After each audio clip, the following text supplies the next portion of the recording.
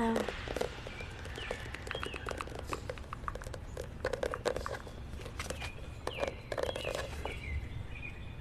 I know I have the comments off. Wait 1 second. Wait 1 second. Mirror. Alright. I'm just like, I've been kind of like outside all day. Just kind of like in my comfort zone. And, I guess like recharging. Thank you for the rose. Recharging out in the sun. It's just been very like peaceful and relaxing while the kids are at school. And I get distracted with the comments, but I was about to just read this book. Thank you, Bree. I'm just gonna read some poems out of this book. Thank you, Sonia. Because I was gonna read them just to myself, but it's like maybe somebody else wants to listen to me read. I like to read out loud. I don't like reading in my head, so why not like kill 2 birds with 1 stone? You know what I'm saying? Alright, so I'm nervous. I don't know why I'm nervous, but I'm nervous. I'm not the best reader either, but maybe that's why I'm nervous. But it's okay, I'm still just gonna read.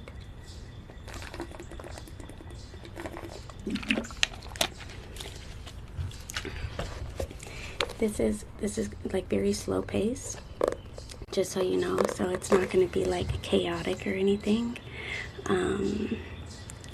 Uh-oh, somebody wants to battle, but I'm not battling. Oh. Okay, so this is very slow pace, very slow pace. So the book is called Self-Love Poetry. I'm gonna read the back of the book first. If the sun still rises, and the moon still glows, and the tides still rush forward and backward, and the bees still hum, and the earth still blows, and the wind still gently kisses your cheek, then there are still reasons to be grateful.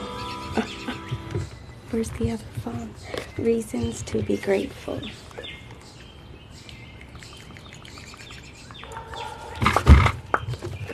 The back. Page 1. So this is self-love poetry for thinkers and feelers. Left brainers are the thinkers. For reasons, logic, analysis, objectives, practical, rational, factual. And then you have the right brainers, which are feelers, like your intuition, your creativity, your imagination, subjective, dreaming, feeling, and artistic.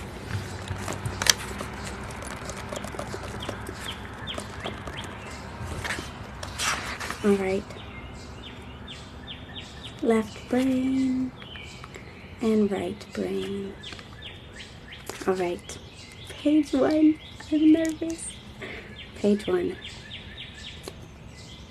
Once you can accept that the thing you want most might not happen, you can also accept that it just might happen too. And either way, you'll be okay. It's true, you will be okay. I thought I knew, and then I knew. I thought I loved, and then I see too, with like all the birds and stuff.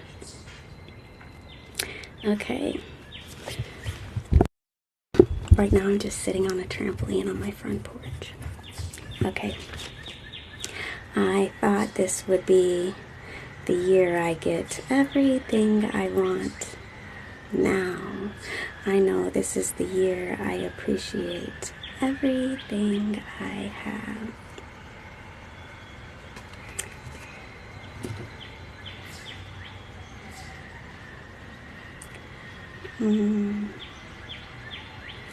Expectation closed my eyes. Gratitude opened them. Fear closed my eyes. Trust opened them. Complaining closed my eyes. Appreciation opened them. Perfection closed my eyes. Authenticity opened them. Guilt. Oh my gosh, it's a little clear grasshopper looking thing. Guilt closed my eyes. Self-love opened them.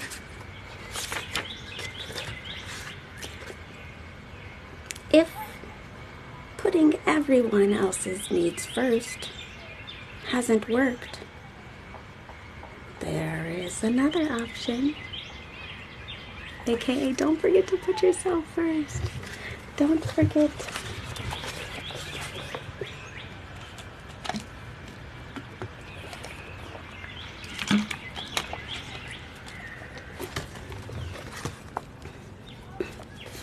Choosing yourself might be the hardest decision you ever make, because guilt, shame, fear are powerful gatekeepers. Do it anyway. You are more powerful than they are. Much more powerful.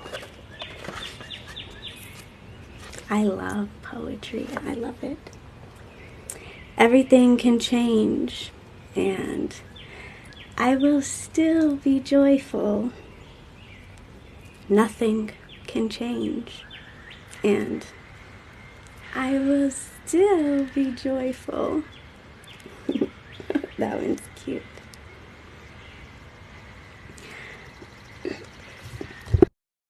I think I'm getting sick a little bit.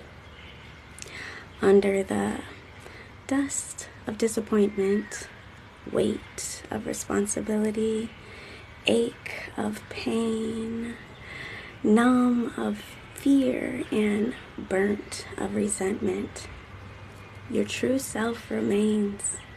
She is light, fluid, free, soft, and steady. Her joy untethered from what has been or what will be.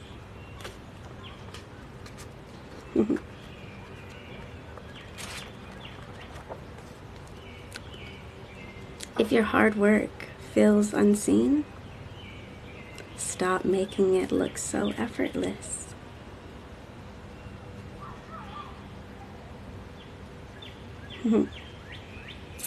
Page 11. We wake up early, we exercise, we eat well, we work on healing our trauma. We smile, we drink water, we water our plants, we make time to volunteer, we excel at work, we excel as parents, as aunts, as friends, as caretakers. We work on our desire. We live by gratitude and die by kindness. We make eye contact.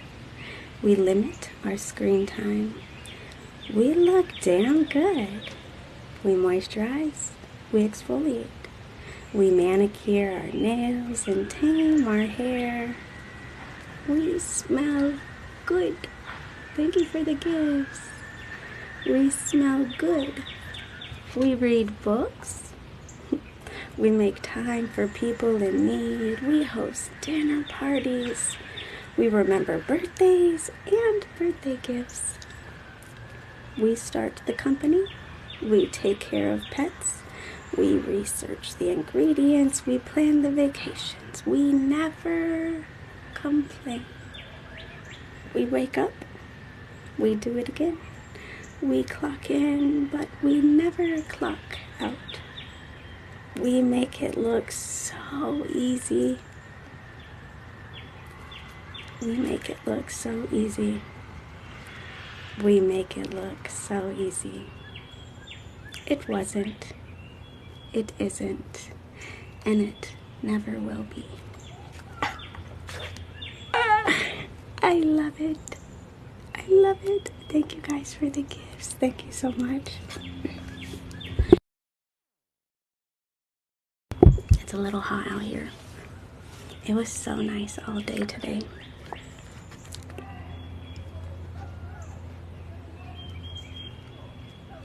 I like hearing the people just outside playing. Sounds like kids right now. With like the birds chirping. Okay. Page 12. Choosing yourself doesn't make self-care easier. It takes work to show up for yourself every day. But it does make sacrificing, neglecting, doubting, and compromising yourself harder. You simply won't settle for that anymore. Thank you for the subscription, Tiffany. Thank you so much. I think maybe this is self-love poetry for women, but if there's any gentlemen in here or non-binary is the word. Whatever you identify as, just replace the wording from she to he, and because we're all powerful. Okay, I say that because then the first sentence on the next page is a powerful woman.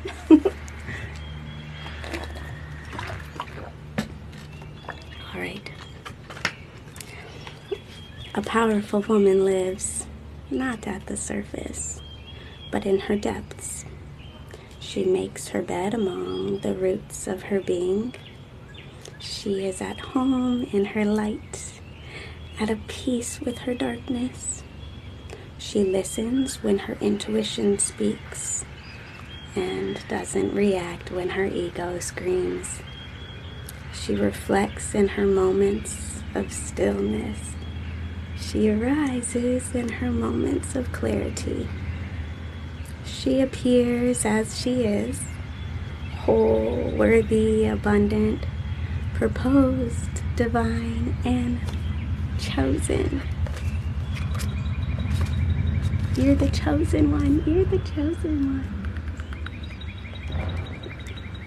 You are the chosen one. You are the chosen one. The first sentence, it's cute. Hey you. Yes. You. All of you. Yes. All of you. Every piece of you. Every second of your story, every inch of your body, every branch of your history, every corner of your mind is worthy of deep, unwavering, soul-shaking, home-filling love. You got it? That's cute. Page 15 for the feelers. Your highs and your lows, your power, your vulnerability, your voice, your silence, your shape, your light, your patience, your momentum, your joy, your despair, your playfulness, your gravity, your hands, your brain, your grace, your forgiveness, your fire, your flaws, your perfection, your desires, your acceptance, your might, your softness, your courage, your anxiety, your mess, your magnitude, your jokes, your anger, rawr. It doesn't say rawr. Okay, your hugs, your tears, your integrity. Keyword, hashtag integrity. Oh, it says it twice. I put the hashtag, but I didn't know it said it twice. Your integrity. Your integrity.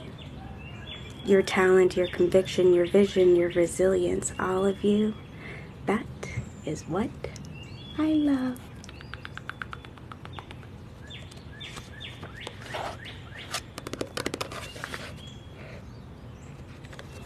I like this book. I have a few more. This is the one that I've been reading on live too. This one. Thank you for the roses. This one's good too. But also the Milk and Honey book. Oh, it's so good. I think I'll read that one day.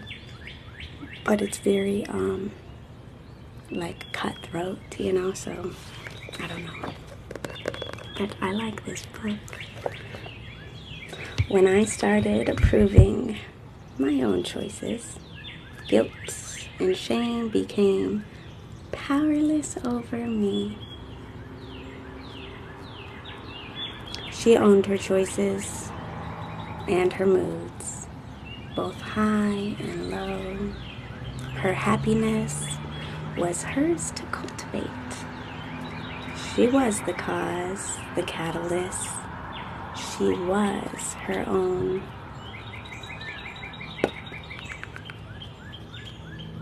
I could read all this the entire time.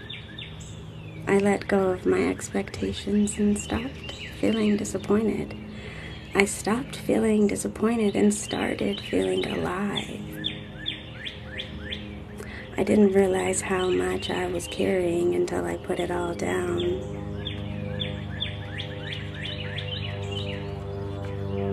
The birds are getting closer. So is the airplane.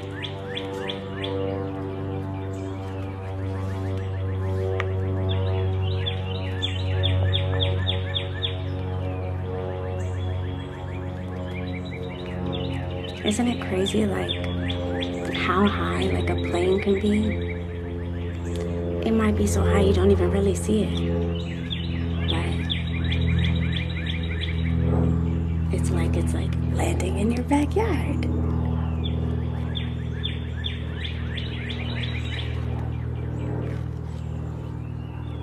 New dreams take time.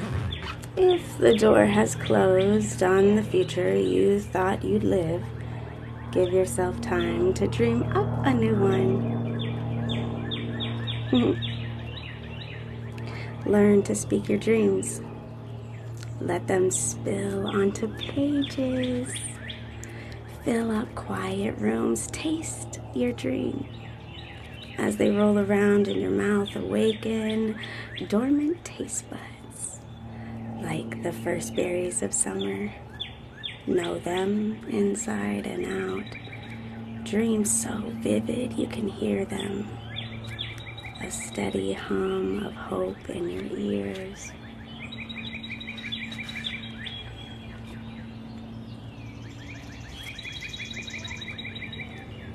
Negative thought. I believed it so deeply it become real. Manifestation, that's like manifestation. So the negative thought, I believed so deeply it became real.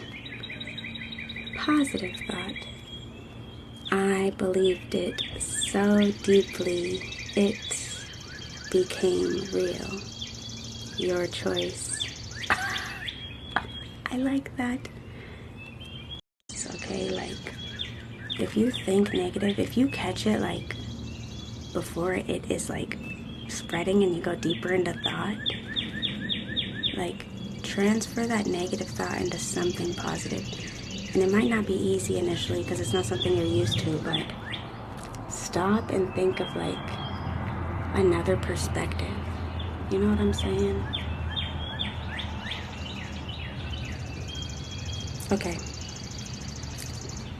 When good things happen, I catch myself holding my breath, anxiously waiting for it to go wrong, for them to vanish. Here comes the school bus. It's Probably my son. He's gonna say, "Mom, what are you doing?"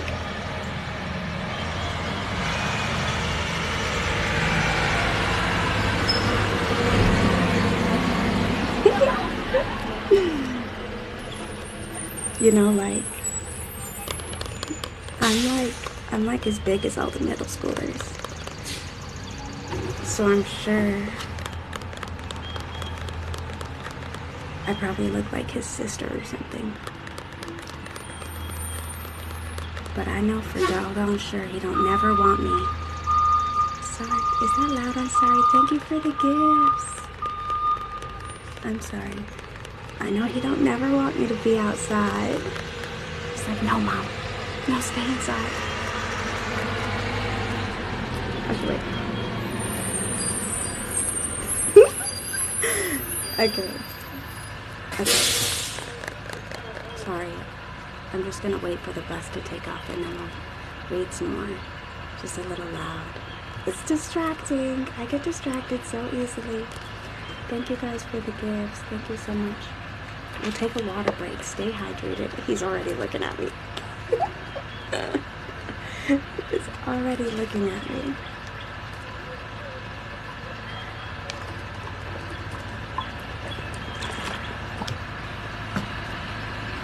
Alright, 10 seconds. We're almost done.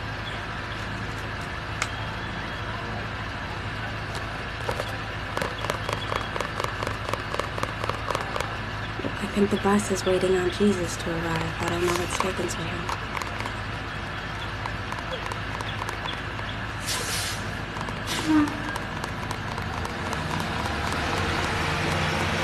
Alright. We're back.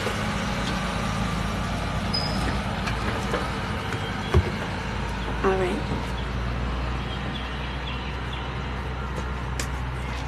Thank you so much for the raccoon.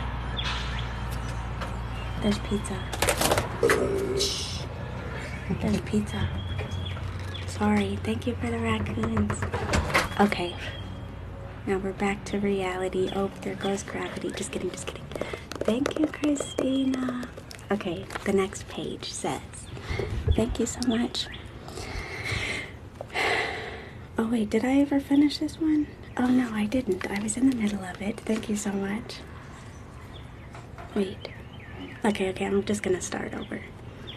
When good things happen, I catch myself holding my breath, anxiously waiting for it to go wrong, for them to vanish, like a mirage. Is that the word? Mirage. Mirage? That was never really real to begin with. Even my kids. I look at them and think, I can't believe you're real. I can't believe you're mine. I don't feel this way about my worries. They are real. They are so real, in fact, that at night they enter the room and lie beside me as real as the pillow under my head.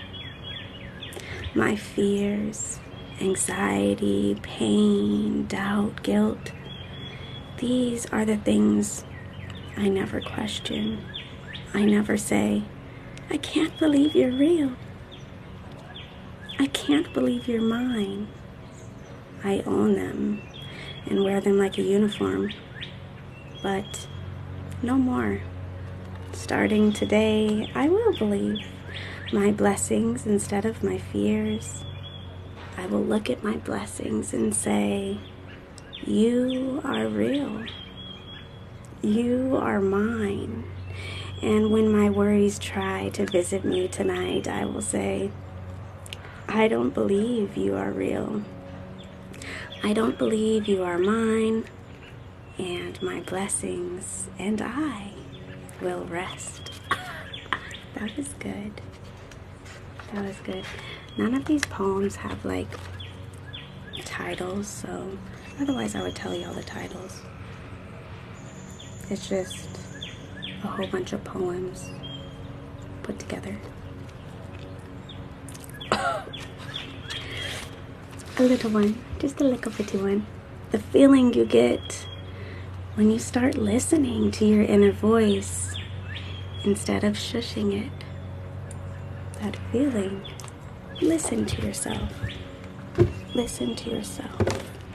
Learn yourself. Listen to yourself. Understand. Feel all the feelings. Feel them all. All the feelings. Feel them all. As soon as you choose to feel those feelings and really tune into yourself. What makes you feel that way? What about situations make you feel like that? What is it? Whether if it is like the ups and the downs. Feel all the feelings. Learn yourself completely. Okay.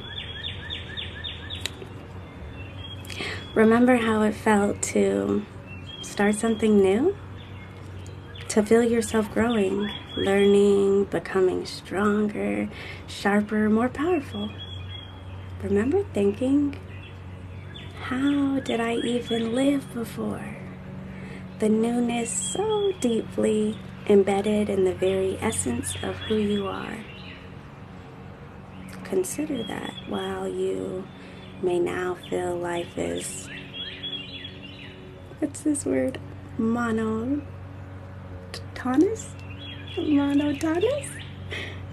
Monotonous, maybe? Dull.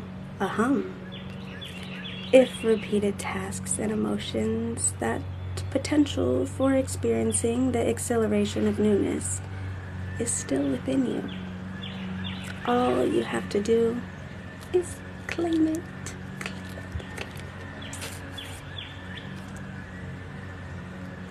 Now everybody's doing their lawn.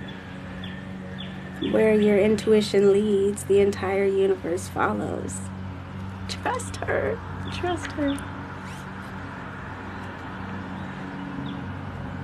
Mind me creates space for the unknown.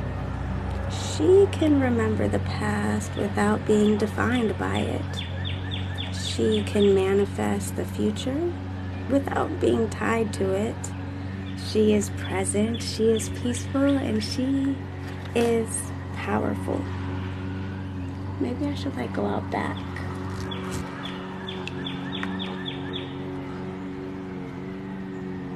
I can't see the lawnmower guy, but I can hear him. Maybe we'll go out back. Wait, let me do a poll. Interact. Go like this. Wait 1 second. End it. Thank you, Bree, for doing the poll. If I should try to go out back because it might be quieter, put this smiley face. If the lawnmower does not bother you, put the sad face and we'll stay here. Smiley face for trying a different part of the home. A sad face to just stay here.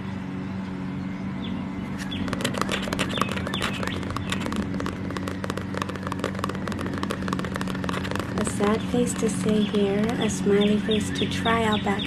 Now Outback might still sound like this, but at least we tried. We tried. It looks like we're going Outback. Yes. Yes. All right, let's go, you guys.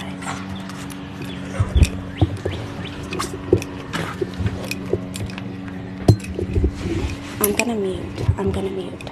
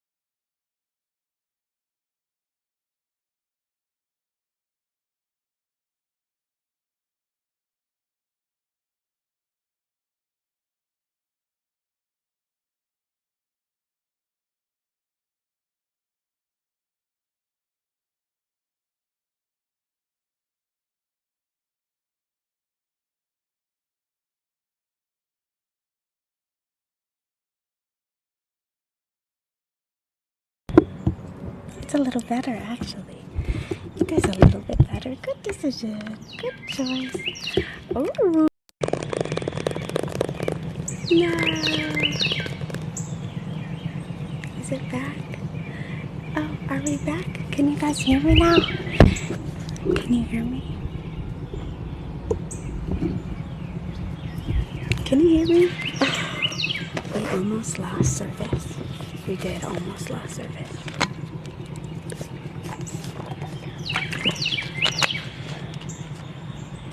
All right. Perfect. All right.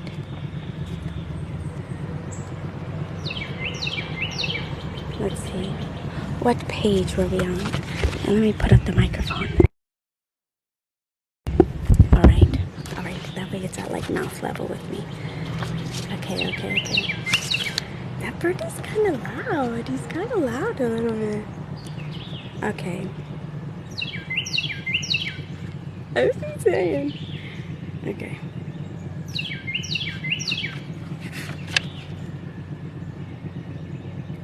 Okay, here we go. Page 28. Page 28. Sometimes just when you think you have it all figured out, it falls apart. This isn't a test. You weren't naive. Life isn't linear. Blessings aren't linear. Progress isn't linear. All is not lost. You're still on your way. Keep going. Keep going. Let me see if I maybe put you on this side. Maybe he's not as loud. All right. I finally found my rhythm when I realized that even the steps backward were part of the dance.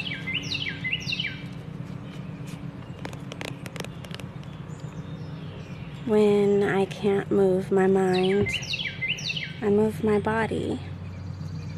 When I can't move my body, I move my mind. Either way, movement heals. If you feel stuck, move. Move your energy around through dance, through conversation with someone who needs to hear your truth, through honest words written on a page, through fingers passing through an ocean wave or planting in the dirt. Move until your energy feels free, unstuck, vibrant, powerful, holy, and alive. Open your eyes. Open your eyes. Okay, what I'm gonna do is I'm gonna turn on the comments, but I'm still not gonna pay attention to the comments. I'll just still keep reading, just in case you guys maybe want to comment amongst each other. I'm gonna do that. Just to let you know, but I'm not responding to comments.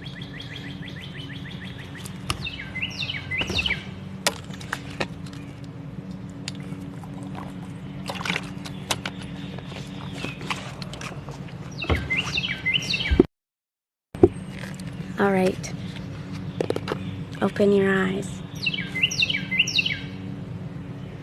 Opportunity abounded, the air ripe with hope, my throat coated with a buzz of possibility, but I couldn't see them. The round peaches just within my reach on branches heavy with emerald leaves.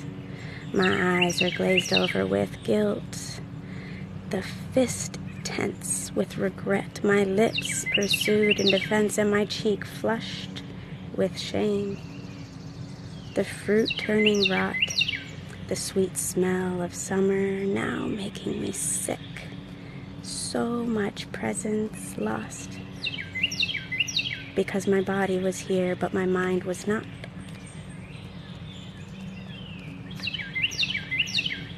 Loving yourself first doesn't mean loving anyone else less. That's good. That's true. Loving yourself first does not mean loving anybody else less. You can still continue to love everyone as much as you are now. Just love yourself more. I belong to me. You belong to you. Let's belong to ourselves together.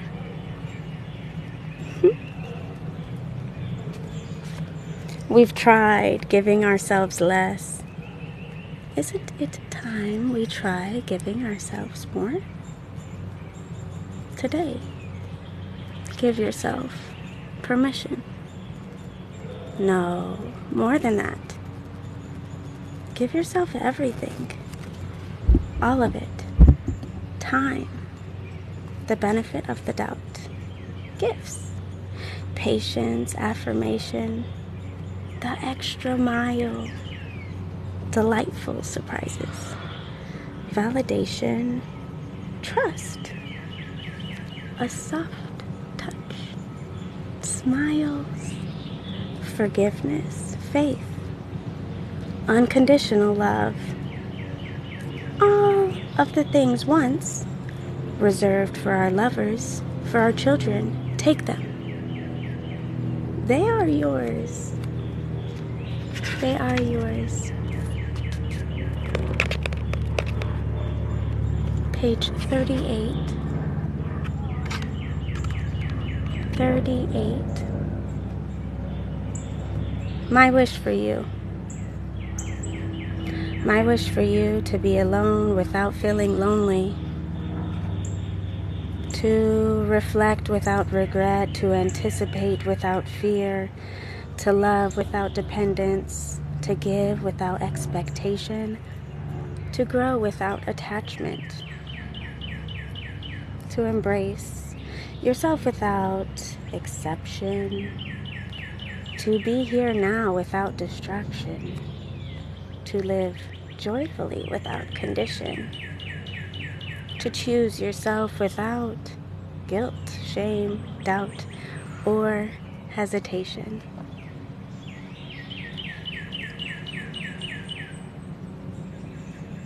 If anger sets you on fire, let self-love be your water.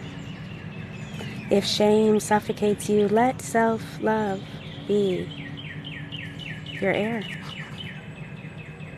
If doubt paralyzes you, let self-love be your catalyst. If fear isolates you, let self-love be your companion. If anxiety attacks you, let self-love be your defense. If depression clouds you, well, let self-love be your light. And if regret chains you, let self-love set you free. Self-love. Self-love is like so big.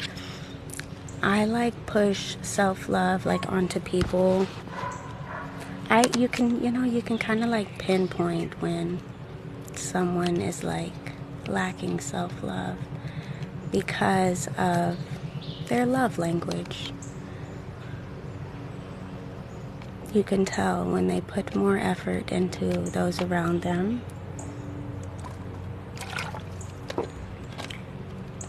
versus into like the energy right back into yourself, you know? Okay. When there is a choice, claim it and take action. When there is no choice, claim that too, through surrender instead of resistance. Surrender ended the race, won the war, slowed the pace, claimed the present, took the breath, felt the feelings, healed the wound, quieted the mind, opened the heart, and paved the way. Your worth isn't their choice. It's yours. The moment I untethered my worth from my ability to generate dollar signs, clicks, follows, and likes, I realized my abundance is priceless and cannot be quantified.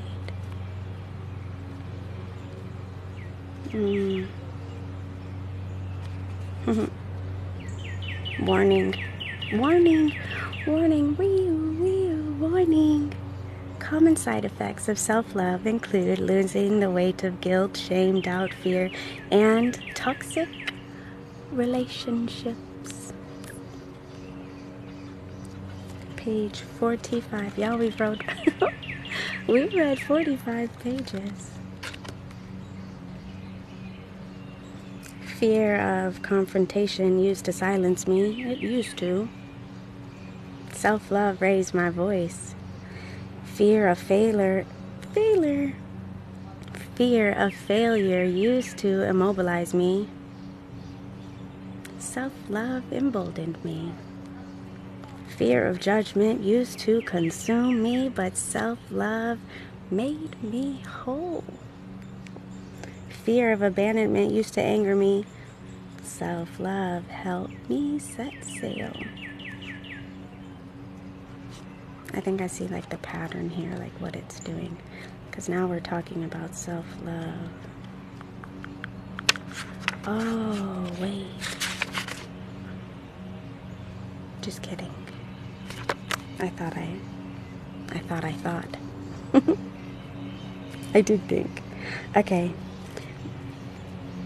When you realize you're the one, life becomes less about searching and more about living. Yes.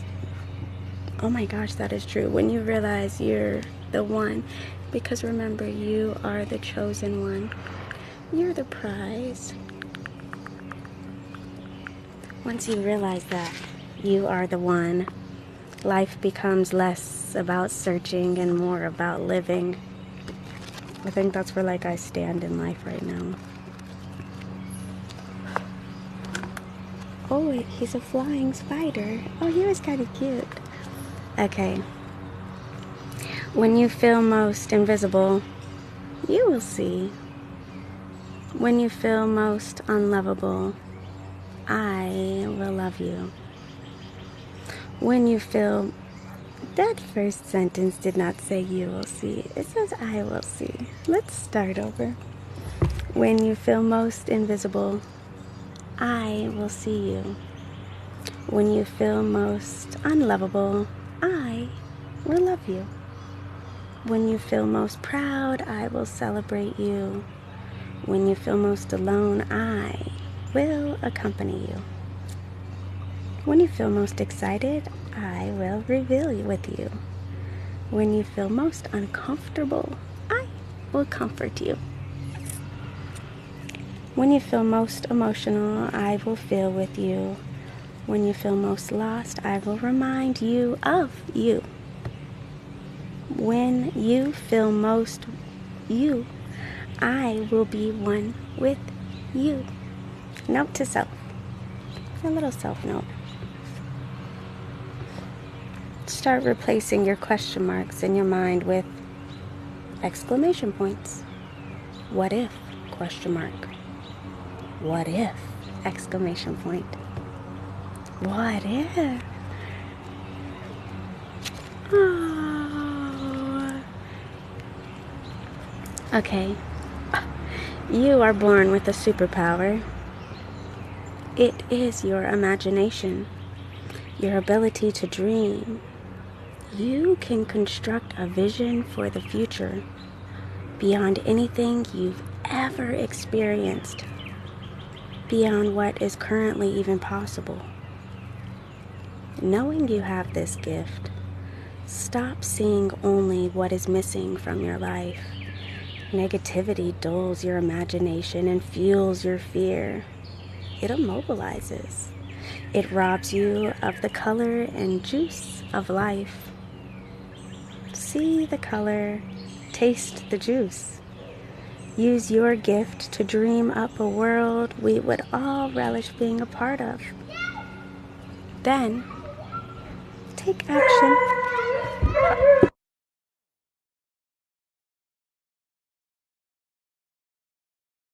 I think he was happy. I think the dog was happy.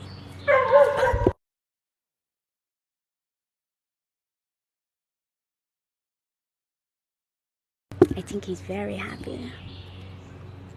The owners are home. Okay, sorry. See the color, taste the juice. Use your gift to dream up a world we would all relish being a part of. Then take action in service to your dreams and watch as the universe bends in your favor to make...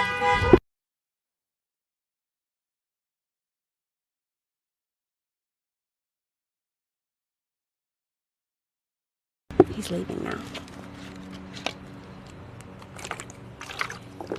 No, he's not a hound dog. He looks... He's 2 houses down, but he looks just like a stray or something, you know, like not of anything. But then again, I'm not a dog. I don't really know much about them. Okay, then take action in service to your dreams and watch as the universe bends, in your favor to make them possible. You're born with a superpower, don't forget it. Don't you forget it. Alright, page 50. You guys, what if we read this whole book? This is what I do. This is what I end up doing. I'll read it in like an hour or 2. Okay. But then I'll read it again. I feel like especially these small books, when I read them over and over, I get like a different perspective each time. Okay. If life feels impossible, remember, if you change, everything changes.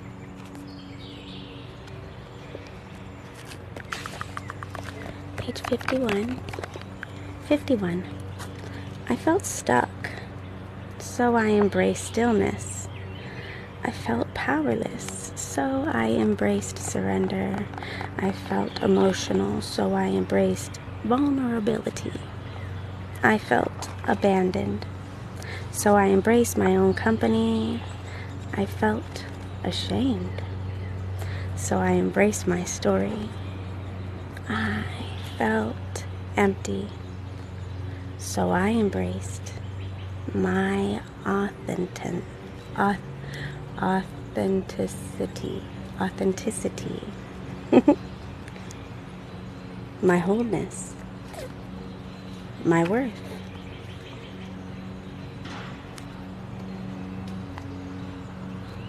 Okay, I think what I'm gonna do now, oh, did I bring the other ones? Oh, I brought another one. Wait a second. I am gonna maybe I want to use a leaf. Let's use a leaf. I was gonna use the stick, but let's use a leaf for like our bookmark. Let's see what this one says. All right. Let's see.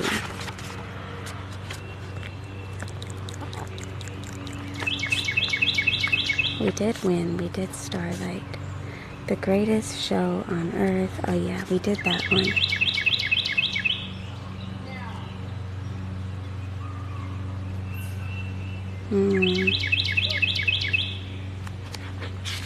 Wait 1 second.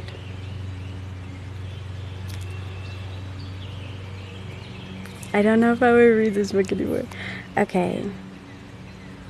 I think it's a different flow. What is a pretty face without a beautiful soul? What is a pretty face without a beautiful soul? Absolutely. The Tower. You stand and face the mirror, and you magnify your flaws. You focus on the features that are so uniquely yours. But their uniqueness doesn't matter, for they simply don't conform but to the criteria of beauty they've convinced you is the norm. They make believe that beauty doesn't go beneath your skin, that you simply can't be pretty if you have a crooked grin. They say your eyes can't be too small, your nose can't be too big, that your lips must be just right, not over full and not too thin. They say your ears must not stick out, your hair can't be too wild. Only those with TikTok box beauty. TikTok? It doesn't say TikTok. Only those with tick box beauty may be physically admired. But those obsessed by beauty are the ones who can't be free because they're limited by what everyone else says they should be. So, next time you face the mirror and you smile your crooked grin, remember, beauty's just a tower that's society has you trapped in. And because you think you can escape, because you think there is no key, you simply need to redefine the walls of your beauty. Are you showing your true colors? Are you showing your true colors? Oh, the honker's back. The honker's back, don't honk. Are you showing your true colors? Smoke and mirrors. Mirror, mirror on the wall is what she chose to paint. From colors green with envy, red with anger, tinged with hate. She was aiming for reflection when they gazed upon her art, but she had, without intention, showing them what was in her heart. See, it turns out what she painted wasn't actually a mirror, but a door through which they saw the things she tried to keep well hidden. For how she saw the world, and with it, everybody else, was just an observation of the way she saw herself. She painted insecurity, regret, and jealousy, and her brush dripped drops of bitterness on every single piece. She thought she had attacked them with her mirror on the wall, but she simply just revealed what made her sad and vulnerable. So, when you paint a picture of the world you find out there, consider all the colors that you wash upon the air. And consider if the picture that you paint is actually true, and if it tells you about them or it tells them far more about you. Ooh.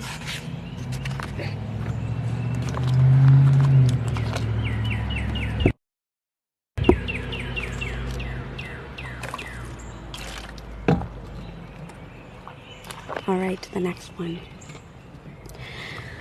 Imagine a nation that prioritized imagination. Ooh. Oh, oh, oh. Imagine a nation that prioritized imagination. Can you imagine a nation that prioritized imagination? Okay. I get excited over that stuff. I don't know why. Okay. The jar.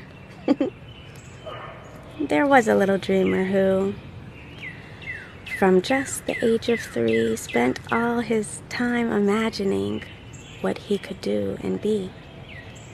He wanted to invent and give the world something brand new. He wanted to change lives, even if he only changed a few. His wild imagination was like a jar without a lid, and they nurtured and encouraged it. while he was still a kid. But as he grew and his dreams showed no signs that they would slow, they tried to tame and rein them in and screwed the jar lid closed. They told him he should think more realistically instead, yet almost everything that's real was once thought upon in someone's head. If everyone stopped dreaming, we'd be stuck right where we are. Yet, they tell us that as adults, we must live inside the jar.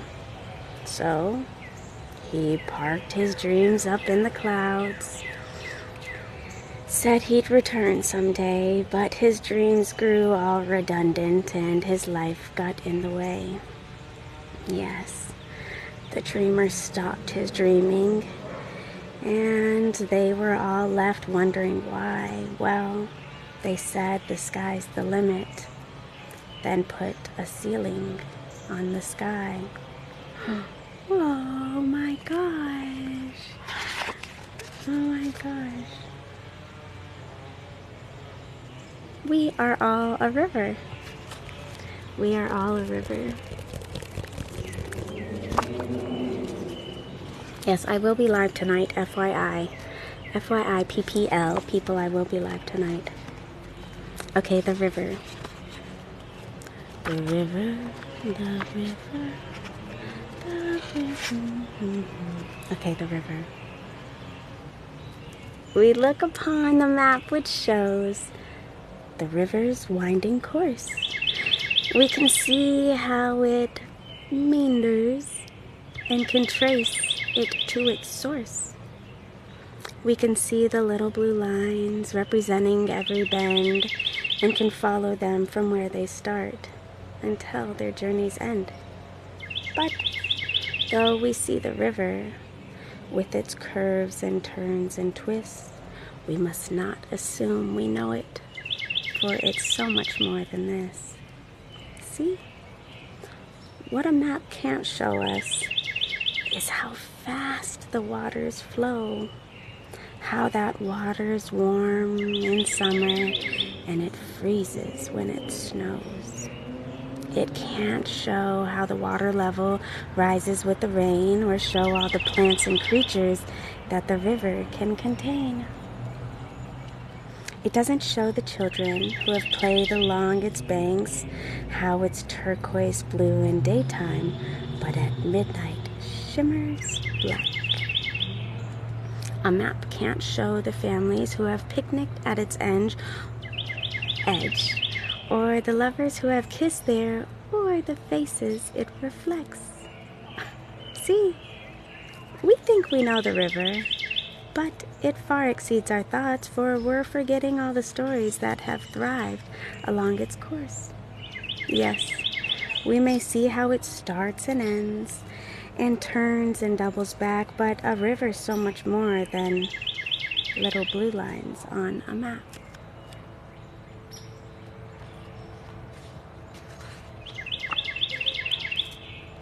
So close. Thank you for the gifts. So close.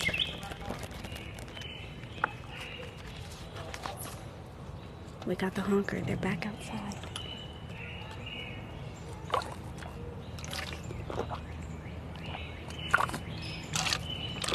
I'm about to be done.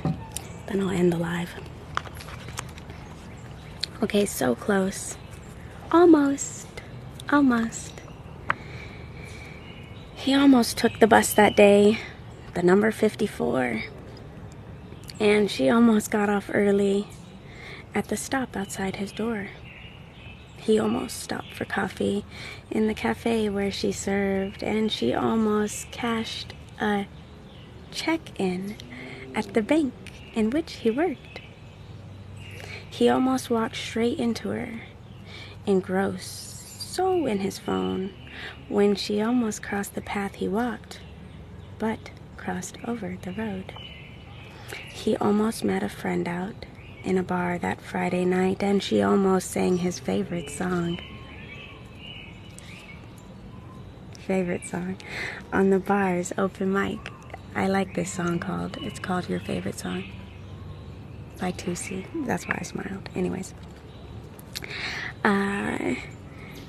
Okay, he almost checked behind her at the midnight taxi rank, and she almost caught a glimpse of him as he was walking past. He almost aced his interview the following Monday, and she almost didn't take the job because it was too far away. But he didn't, and she didn't.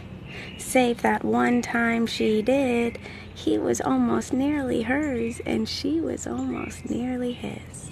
Yes, they almost were in always, and they almost fell in love, but almost as good as never, and almost was not enough. Almost is not enough.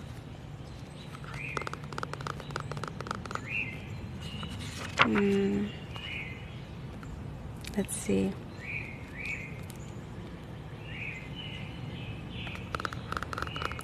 If our exterior was all that mattered, then why would we have all this wonder in our souls?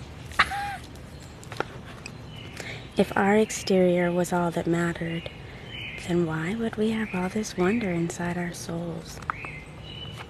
Think about that one. Inside story.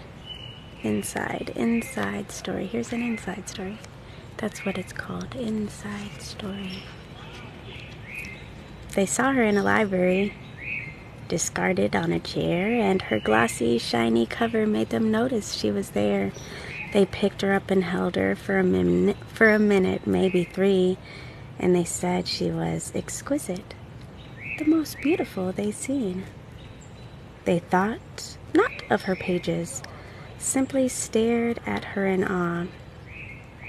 Then they put her on the bookshelf as they headed out the door.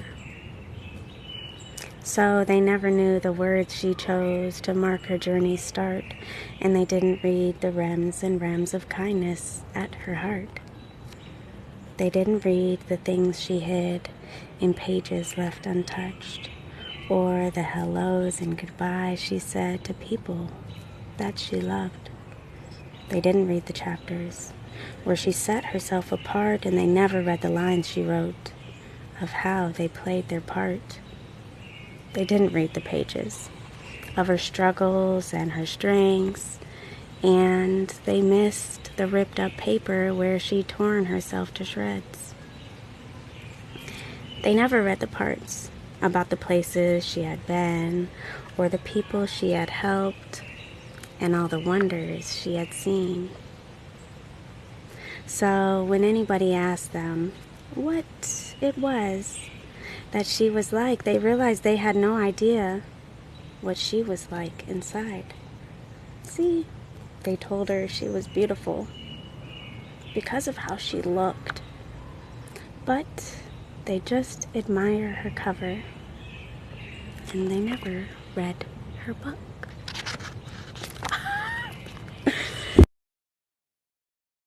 That is so cool. Oh my gosh.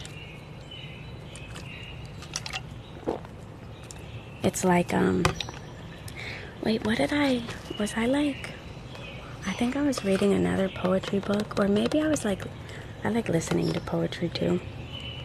But, yeah, getting to know people.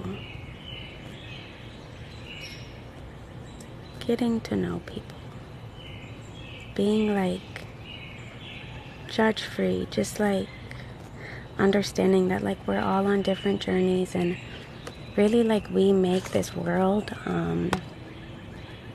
so colorful, so entertaining, everything in it, from like the way that we move, or the journeys that we take, or photosynthesis, or just like everything. But all we see is like the outside. This is just with anything, like anything, anybody, Like, get to know somebody. And just get to know them for them. Anything that they explain to you or like tell you about their journey or their path, don't judge. Don't judge.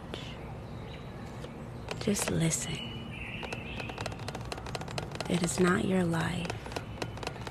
It's not something that you have to deal with or worry about, but just listen to people. We can like all be going through the same exact things, but it all hits us differently, you know? So you cannot be like, somebody could really be struggling with one kid. Somebody could be struggling with no kids, really struggling. You cannot be like, I got 3 kids. You need to get it. You can't do that. Because we all take things in differently, you know what I'm saying? So just get to know people and understand them for like the way that they move, and that's how you can build a friendship and like use what you have like to help them. I think we all, we do all have like our own superpowers or strengths, and some people fall short of that. So as long as you get to know the individuals that are in your life and like what way you can be of help, judge free, anyways. Okay, I was just thinking. Okay, so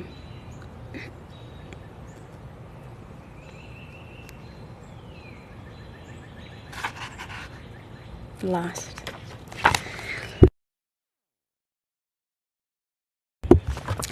This one is called Part 2 Lost. I think I skipped a few chapters in here, but it's okay. Part 2 Lost. The pain is always there. It's just that life grows around it. That's true. The pain is always there. It's just that life grows around it. The rainbow door. The rainbow door. Thank you guys so much. Thank you so much. Her house was known to everyone who lived for miles around. A talking point in homes and streets, in villages and towns. Its shape and size were just the same as others on the street, for it wasn't walls and windows that had made her house unique. See, she painted her front door in every single rainbow hue till it stood in technicolor yellows, purples, pinks, and blues. And people came to see it from 100 different places, and they photographed her window, her rainbow, and they photographed her rainbow with a smile upon their faces. But one day in September, on a windy, wet Monday, everybody turned their cameras so they faced the other way. The street was full of photographs of doors of red and green, with children stood outside of them, all uniformed and keen. And as she watched them leaving for the school run in the rain, she leant against her front door, and she broke down from the pain. Then she sat and cried a river as she broke a little more for the one she never photographed outside that rainbow door.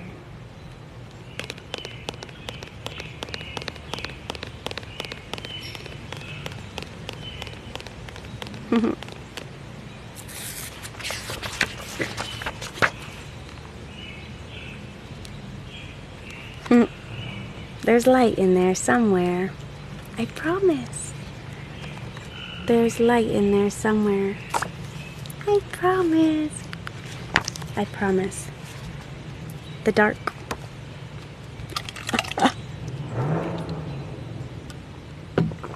almost done. The dark. I think it's gonna rain today too. He lives inside the forest, and there's few who enter in, for he lives right in the center where it's dangerous and dim.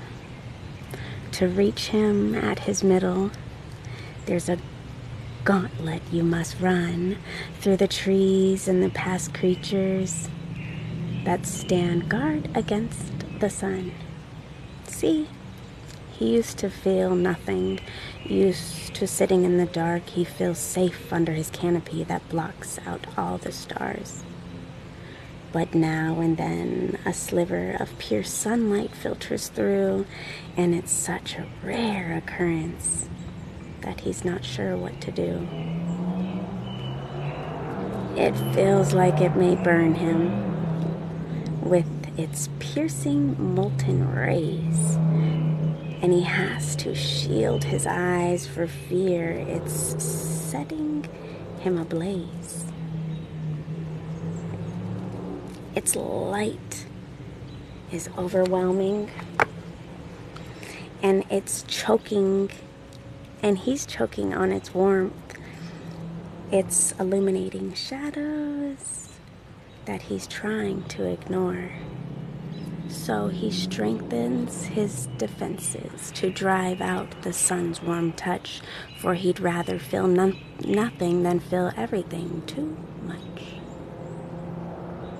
He gathers up more branches and he weaves in extra twigs. He makes sure his roof is light-proof and the sun can't creep back in. And a sign outside of the forest warns you, enter if you dare. If you're one who dares to enter, then you'd better be prepared. You're going to meet some monsters. You'll stumble in the dirt. You'll be tempted to escape, to stop yourself from getting hurt.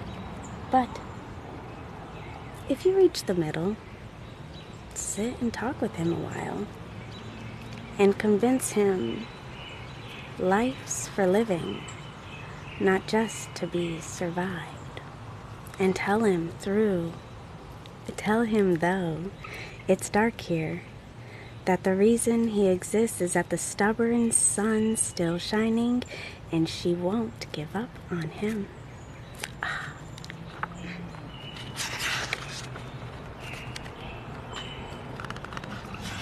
We'll do like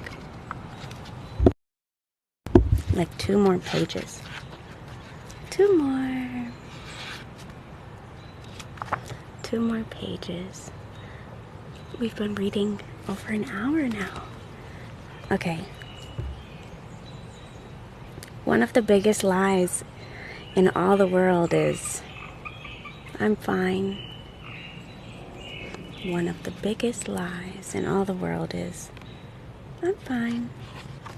I'm fine. I'm fine. Everything's okay.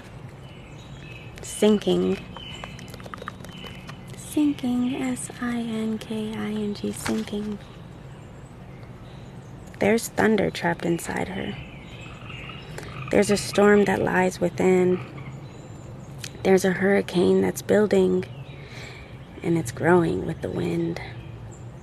There's a tsunami behind her eyes, an ocean in her lungs, and she's navigating waters she's not sure she'll overcome. For there's a ship she's sailing that contains no maps or gold, just the hurricanes and thunder that are trapped within her soul. And on her stormy ship, she finds it easier to coast than to drop her heavy anchor and ask for help to stay afloat. She's struggling and lost at sea and feeling all adrift, but because she's not capsized yet, capsized, is that the word? She's not capsized yet. They don't think she'll ever sink. But Gradually, the water starts to creep over the edge, and the hurricanes and thunder start to rear their angry heads. She panics at this perfect storm, starts swirling all around, and the ship fills ever faster as the current pulls her down. Then the ocean that consumes her starts filling her even more, till her every breath is fighting to avoid the ocean floor. And they never thought to question when she said her ship was safe, so they slowly watched her sinking till they realize it's too late. Don't say I'm fine. Don't say I'm fine. And if you're not fine, say it. When you say it, because it's like more normalized to say I'm fine, when you do tell someone you're not fine, and you go into explaining why you're not fine, just know that they might, oh, okay. They might not have a response for you, and that's okay. Don't expect a response from somebody when you say I'm fine. Don't expect a response from somebody when you tell them what is wrong. You know what I'm saying? But it's good to be comfortable enough, like, explaining, like, what is really going on. And you know they say that when you speak about it, it loses its power over you, you know? So when you speak about the way that you're feeling, the more you talk about it, the more you're then understanding yourself, you know? And you're giving other people the opportunity to understand you as well. That's even cooler. And it's even more cooler when you start expressing yourself and not expecting anything in return. They remember. Or they take in what you're saying. But don't expect it. Don't expect it. Just express your feelings. Okay. It is quite possible to be full of emptiness. It is quite possible to be so full of emptiness. Empty/full. Empty/full. I'm glad this is the last one. My back's hurting now. Well, I'm not glad it's the last one, but my back is hurting. Okay. I could read for the next few hours. Anyways. Okay. He wasn't one to talk much. So instead of speaking up, he had silenced all the feelings that were screaming from his gut. He bottled all his fury, stored his sadness in a jar. He had boxed up his anxiety and covered all his scars. He put the jars and bottles and the boxes on a shelf, and he carried on pretending that containing them would help. But one day, as he bottled several jars of liquid doubt, he wondered, would it help if he had never let it out? So he drank up his frustrations, his mistakes, and his regrets, and he drained the bottles filled with all the words he never said. He drank down all his anger. He drank up all his pain, and they tasted like poison that was flooding through his brain. As he sat and surrounded by the mess upon the floor, he knew he couldn't bottle up his feelings anymore. For though the shelves lay empty, his thoughts filled him to the brim. And even though he drank them, it was them consuming him.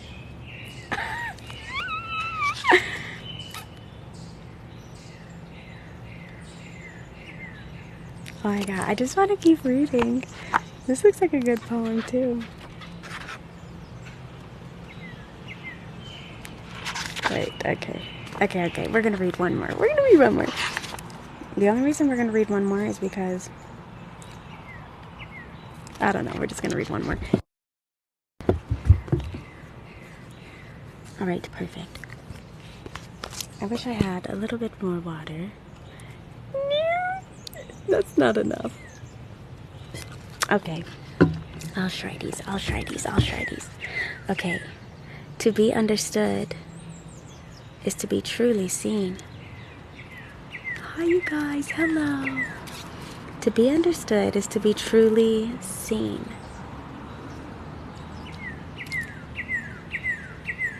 The wolf and the willow. I'll tell you a story of an animal and a tree, a wild and weeping willow. What is that? Oh, a car. Just wait 1 second. Wait. Oh, it's the brightest of the brightest red. It's a red cardinal. Wait, where are you guys at?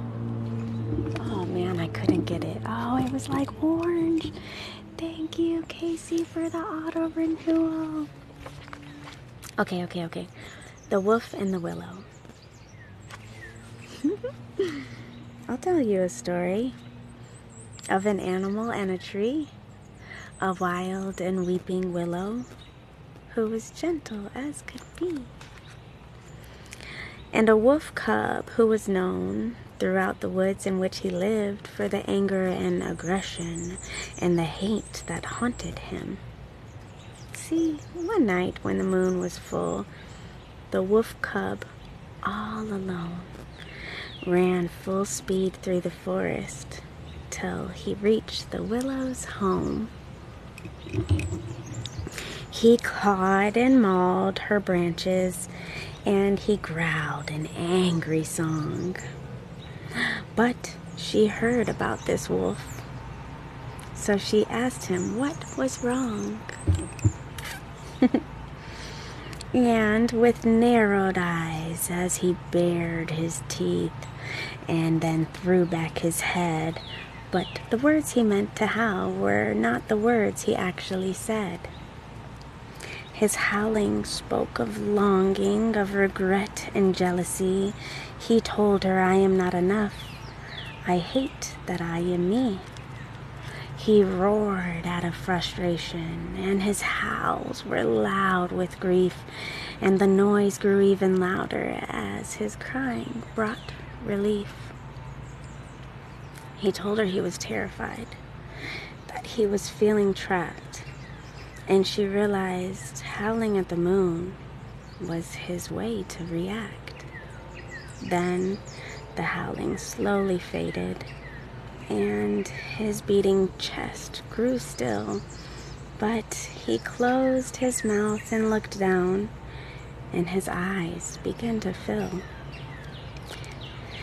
They say I can't belong here, that I'm just too full of hate, running angry and confused towards a lost and lonely fate. You're not, the willow told him. You don't have to be alone. Then she stood in a peaceful silence till he realized he was home. And the willow's gentle branches then embraced the young wolf cub. You're not full of hate, she whispered. You've just been so drained of love.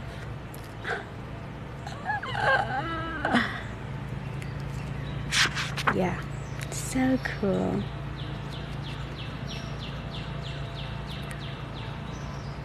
Oh my god, I just want to keep reading, but I think what I'll do is not. And then, because I'll get like this, like where I just like, I turn my do not disturb on my phone for like, sometimes I do it for like a week. So, and I'll like tap back into like my inner self or my thoughts and stuff, and like my desires, and you know, like what, maybe my purpose, I don't know, like what brings me here. So what I can do is, like, on days like this, instead of me like just reading to myself, which I'll do like anywhere, I'll just like read to myself, maybe I'll just like go live on here, and I'll probably still start it off the same ways with like the comments off so I can remain focused, and then turn the comments back on so that way y'all can talk if you even want to. But anyways, so no like set days that I'll do this, but it's just whenever I do it, I'll do it. So yes, I like definitely wasn't ignoring any of you guys. I was just in my zone, and not really in, my nose is leaking now, not really in like an energetic mood, you know what I'm saying? Thank you for the ASMR time. Yeah, my energy has just been kind of drained today, but like, you know, normal.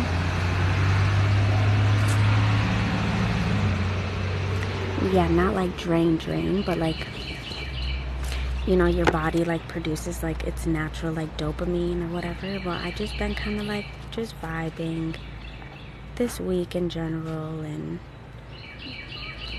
thank you so much. You're welcome. Wait, I get distracted so easy. So yeah, next time that I get like this, I'll not get like this, but you know, I'll come back on, because my dopamine was very just like low today. Just kind of like, yeah, I don't know how to explain it, but and then I'll come back on and read again. I have a few different books that Spoobins got, Zombie Cupcake got, Christina Racy got, but the books that Christina got, I think, are like little things that I'll read on my lives, my evening lives, because it's like kiddish, like little stories or whatever, you know. Anyways, so I appreciate you guys. Just we was vibing. I appreciate y'all vibing. I saw a long time ago somebody asked where I got my shirt. I got it in Miami. I am doing a live tonight. I don't know an exact time, but if you are in my Discord, I'll let you guys know when I'm going live. Next time I do a book reading like this, I will put it in my Discord just like I did today, stating that it's a book reading or poetry or whatever it is, because I know a lot of people don't like book reading, and that's okay. So that's why I separated it, because book reading is like very low and chill for the most part. Anyways, so I love you guys. Thanks for vibing with me for like the last hour and a half. Thank you guys so much. Oh, what was the name of the other book you started with? Self-love poetry. You're welcome. You still like reading paper books? Me too. So I have that Milk and Honey book. I have all 3 books actually, you guys. And what I love about the Milk and Honey book, which I'll read that on here. What I love about the Zombie, it's okay. I'll be doing this again. Zombies who got this book for me. You missed it. You love Milk and Honey. Yes, Milk and Honey is so good because it's based on, I mean, it's a truth. She's like talking about herself, and it's very graphic as far as like what she went through as like a kid, and being, you know, like touched and, you know, not safe around the men and stuff like that. So anyways, Oh, yes, Hannah. Yes, honey. My P.O. box is in my link to my bio. So yeah, this was a good book. We got to page 52. And we got our bookmark our little nature's bookmark. Yes, I will be live tonight. I don't know an exact time. It just kind of depends. It could be early, it could be late. There's no telling. It depends on my household and the kids and stuff like that. But I will post in my Discord.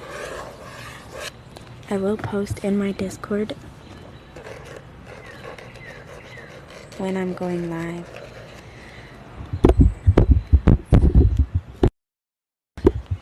Yeah, I'll post in my Discord when I'm going live. And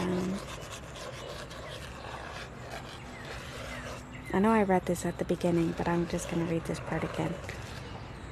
If the sun still rises and the moon still glows and the tides still rush forward and back and the bees still hum and the earth still blows and the wind still gently kisses your cheeks, then there are still reasons to be grateful. Hello, hello, hello Savage, hello Van, hello, hello, hello. So yes, thank you so much. It honestly is like, it's cooler outside than it is inside of my house. My AC like went out a month or two ago. Maybe like a month ago my AC went out and I have to get everything replaced. So it feels way better outside than it does inside. But anyways, stay tuned. Thank you so much. Hello, I will be live tonight. It could be anywhere between 9 and midnight. So if you're not in my Discord, make sure to join the Discord. The Discord code is ShaeASMR.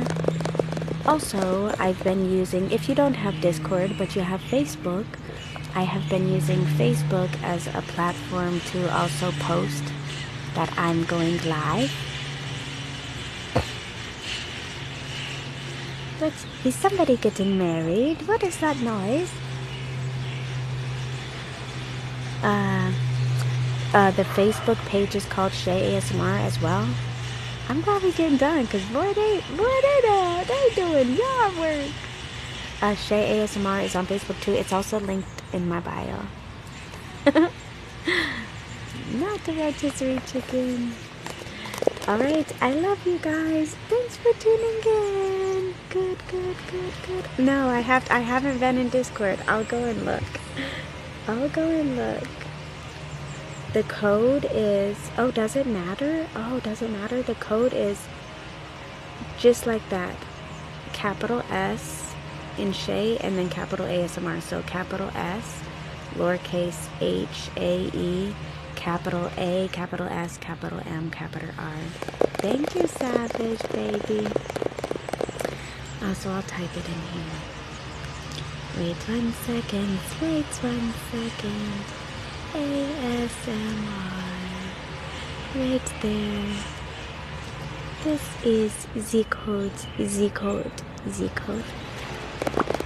Alright. I love you guys. I love you. Today's gonna be a good day. Choose yourself. Definitely choose yourself.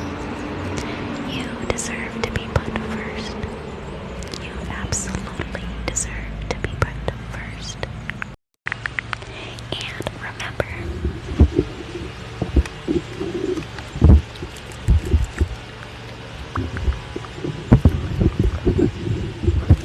like the poem said, love yourself more, but that doesn't mean to love them less.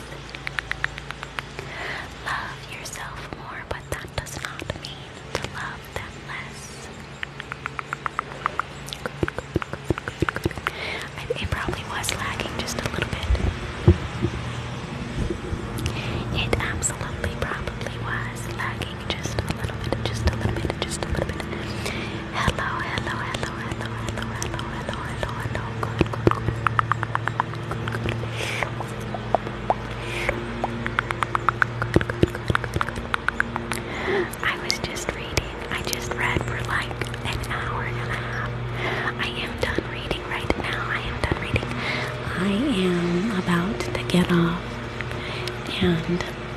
plan my evening. It's about time to go and get the kids.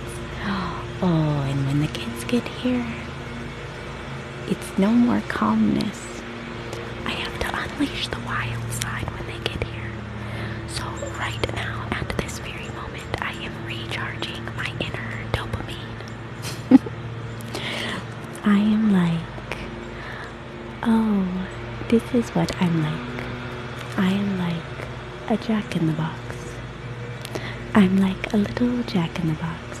So, what happens when I ship the kids off to school for their education? I sit in my box and recharge.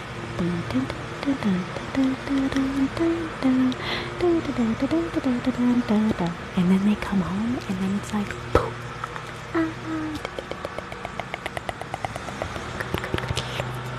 Well, it's definitely, people are home from work now. Everybody wants to mow their lawn at the same time. At the same exact time. At the same damn time. At the same damn time. Just kidding. Would you like one more? Let me go inside. There's no way I could read one more with the lawnmower is going.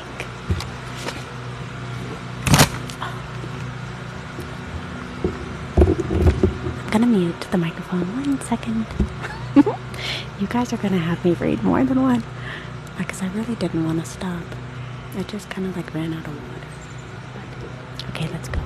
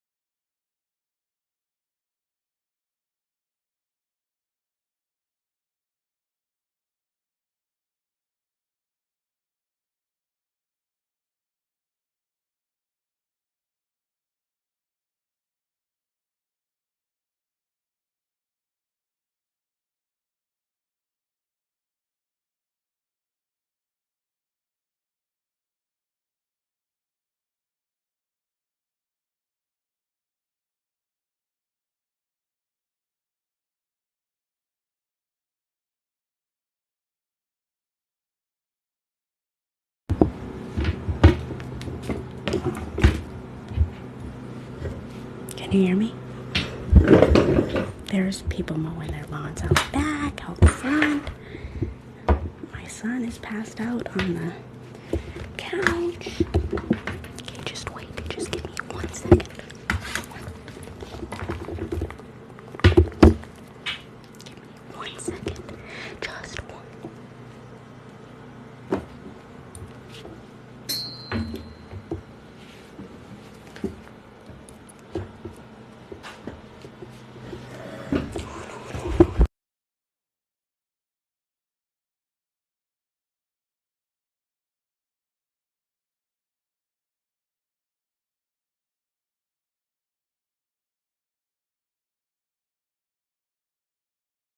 All right.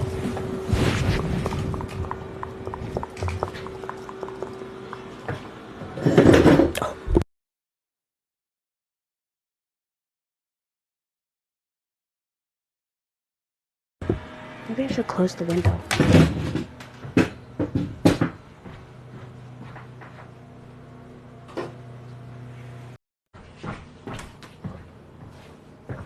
All right.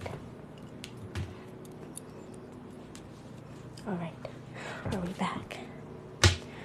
Are we back? Perfect.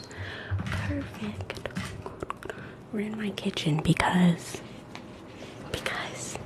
there's lawn mowing going on the back and the front. Thank you so much for the gifts. Thank you so much for the gifts. All right.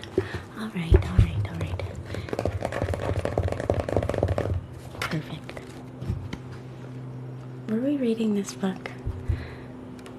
Was this the book? Maybe? Okay. This is what I'm gonna do a poll. Wait, let me do a poll. Wait 1 second. Interact. A quick poll. Should we do more of the self-love poetry? I only have like 20 minutes, but should we do more? I have like 30 minutes. No, I have like 25. Should we do more of the self-love poetry, or should I get the Milk and Honey book? But just know the Milk and Honey book is like about a true story, like more of like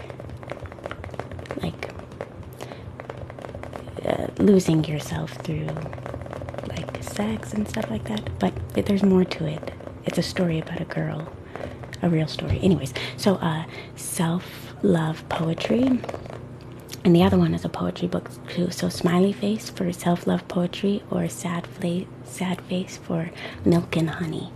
Smiley face for self-love poetry, or sad face for the Milk and Honey poetry.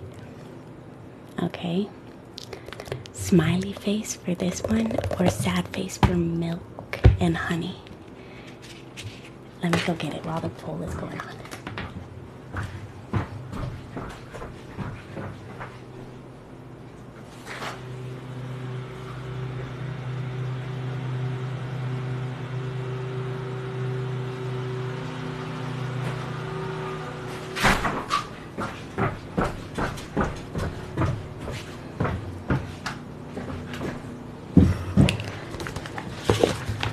Or sad face for Milk and Honey.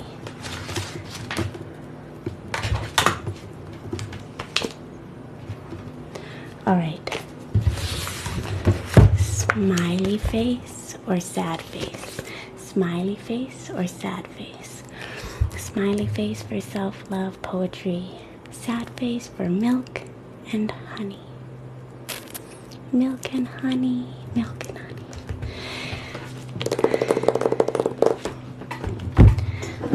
Oh, sorry. I wonder if I should put it as like 18 and older. Maybe not, but I'm just thinking. I'm nervous. I just don't want. I don't know. Okay.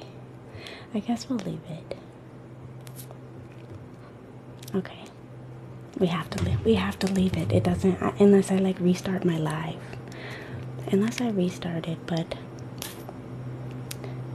let's just hope. Okay.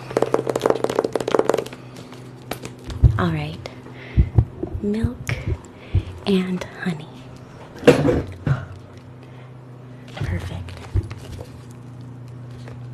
Okay, so the back says, hello, hello, hello. Okay, I won't be reading comments either, because I'll get distracted. So, and I won't be thanking for gifts, but I do thank you. But I just know I will get distracted. I'm just letting you know, but I greatly appreciate it. I really do appreciate it. Thank you so much.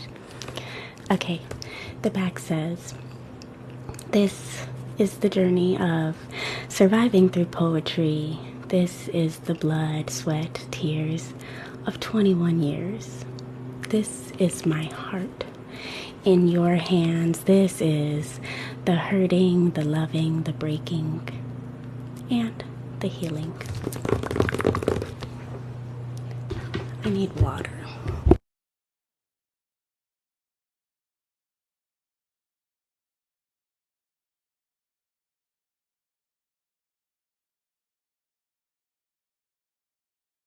Okay, perfect.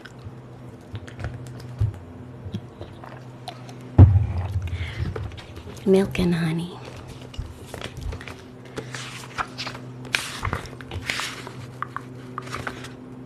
For the arms that hold me.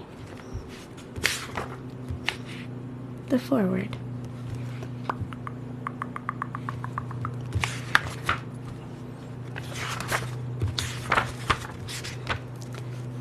There's 4 chapters of this book.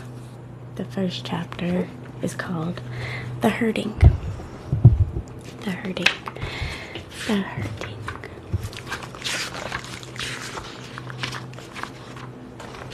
Alright, are you ready? How is it so easy for you to be kind to people, he asked. Milk and honey dripped from my lips as I answered, 'Cause people have not been kind to me. First page. I wish I could get more comfortable.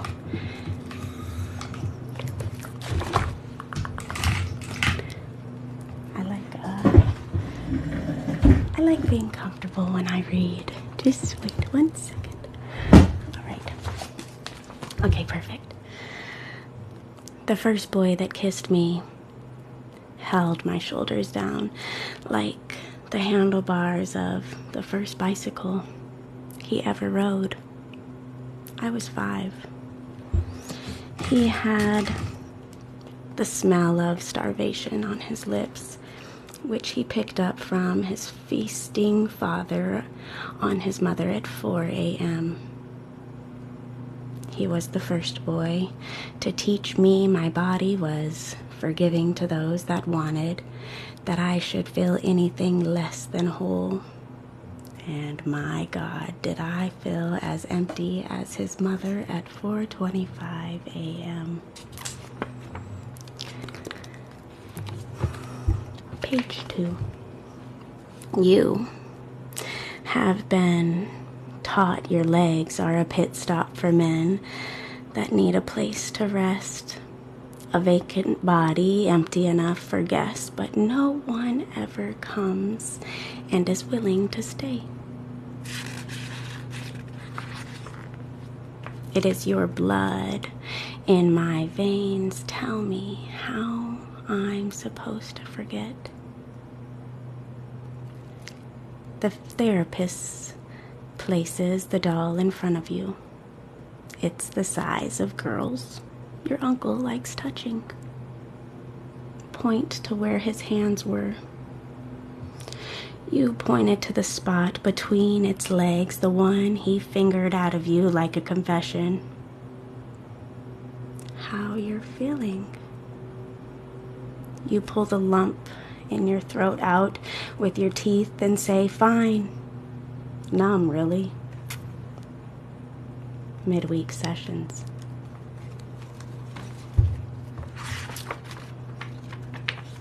He was supposed to be the first male love of your life. You still search for him everywhere. Father.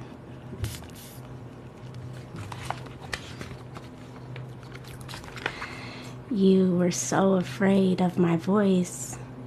I decided to be afraid of it too. Keep quiet. Don't say a thing. She was a rose in the hands of those who had no intention of keeping her. Every time you tell your daughter, you yell at her out of love, you teach her to confuse anger with kindness, which seems like a good idea till she grows up to trust men who hurt her because they look so much like you. To fathers with daughters.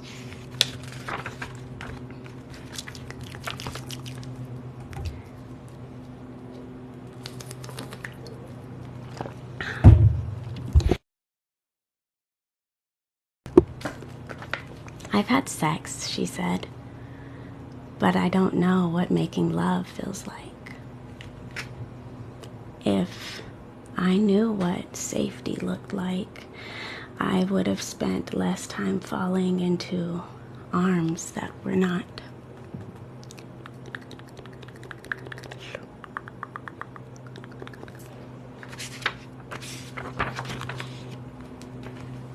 Sex takes the consent of two. If one person is lying there not doing anything because they're not ready or not in the mood, or simply don't want to, yet the other is having sex with their body, it's not love, it is rape. The idea that we are so capable of love, but still choose to be toxic. A little scorpion.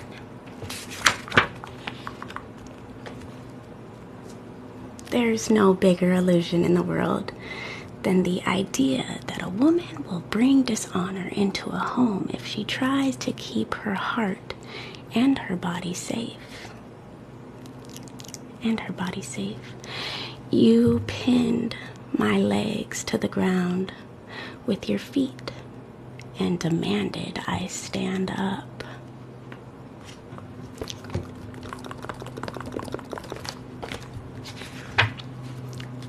The rape will tear you in half, but it will not end you. You have sadness living in places sadness shouldn't live.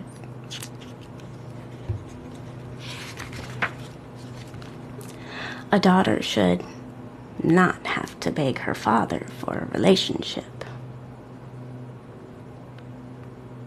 Trying to convince myself I am allowed to take up space is like writing with my left hand when I was born to use my right. The idea of shrinking is hereditary.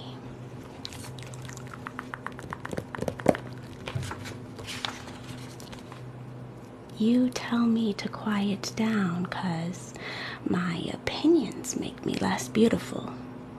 But I was not made with a fire in my belly so I could be put out.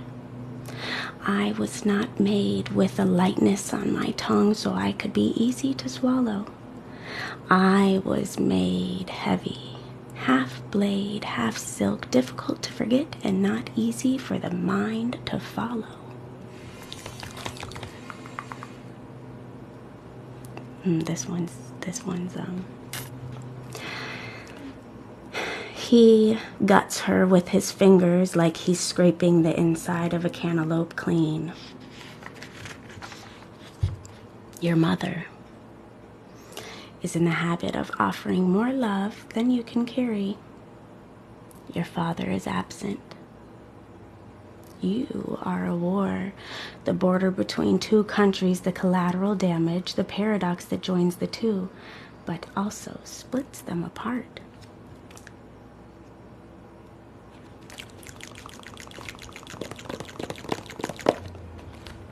Emptying out of my mother's belly was my first act of disappearance. Learning to shrink for a family who likes their daughters invisible was the second. The art of being empty is simple. Believe them when they say you are nothing. Repeat it to yourself like a wish. You are nothing. I am nothing. I am nothing. I am nothing. So often the only reason you know you're still alive is from the heaving of your chest. I am nothing. The art of being empty.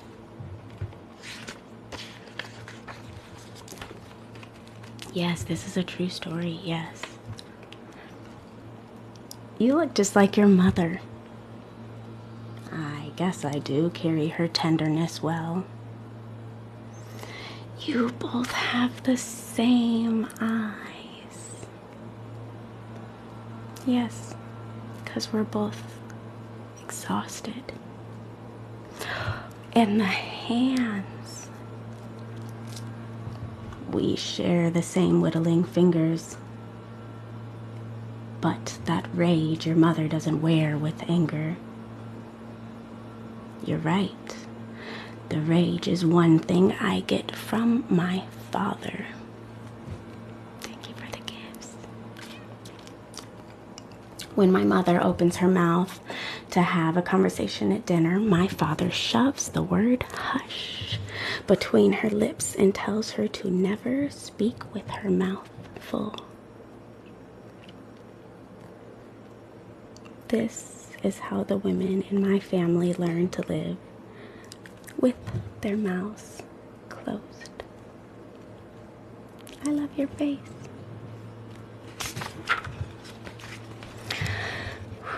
Our knees pried open by cousins and uncles and men. Our bodies touched by all the wrong people, that even a bed full of safety, we're all afraid.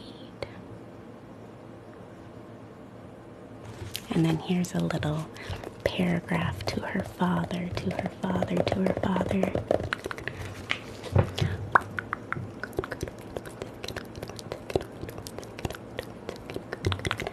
Okay, Father, you always call to say nothing in particular. You ask what I'm doing or where I am. And when the silence stretches like a lifetime between us, I scramble to find questions to keep the conversation going.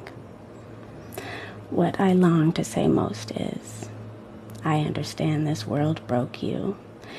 It has been so hard on your feet. I don't blame you for not knowing how to remain soft with me. Sometimes I stay up thinking of all the places you're hurting, which you'll never care to mention. I come from the same aching blood, from the same bones, so desperate for attention I collapse in on myself. I am your daughter. I know the small talk is the only way you know how to tell me you love me, because it is the only way I know how to tell you.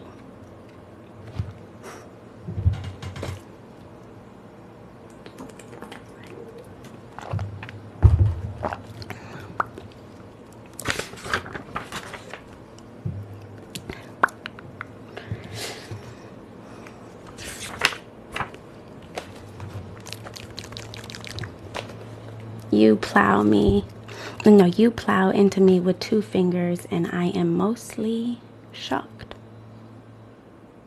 It feels like rubber against an open wound. I do not like it. You begin pushing faster and faster, but I feel nothing. You search my face for a reaction, so I begin acting like the naked women in the videos you watch when you think no one's looking. I imitate their moans, hollow and hungry. You ask if it feels good, and I say yes so quickly it sounds rehearsed. But the acting, you do not notice.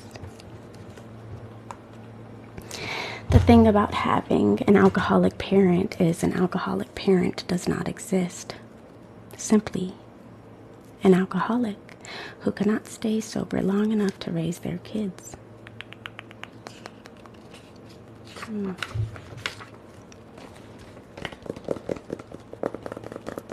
I can't tell if my mother is terrified or in love with my father at all. It looks the same.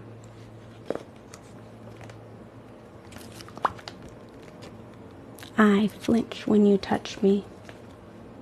I fear it is him. The loving, chapter 2. Chapter 2. Mind you, there's only 4 chapters. This is chapter 2, the loving. So that first one was the hurting. The loving. When my mother was pregnant with her second child, I was 4.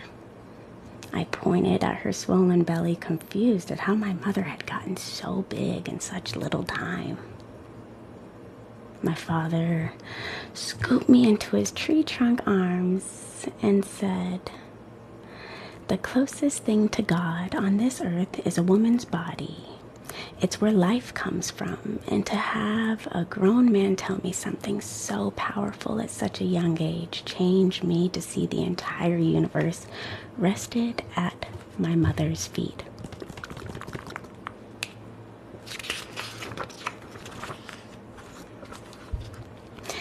I struggle so deeply to understand how someone can pour their entire soul, blood, and energy into someone without wanting anything in return.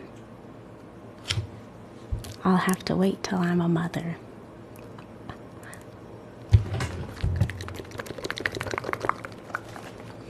No, it won't be love at first sight when we meet. It'll be love at first remembrance, because I've seen you in my mother's eyes when she tells me to marry the type of man I'd want to raise my son to be like.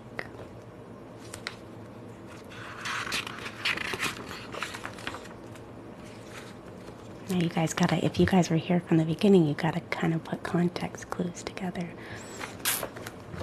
Because now she's growing, and now she's attaching herself to people, or the thought of people initially, and then people. Okay, every revolution starts and ends with his lips. That was drawn on there. That wasn't like that. It was drawn on there. Okay. What am I to you, he asks. I put my hands in his lap and whisper, you are every hope I ever had in human form.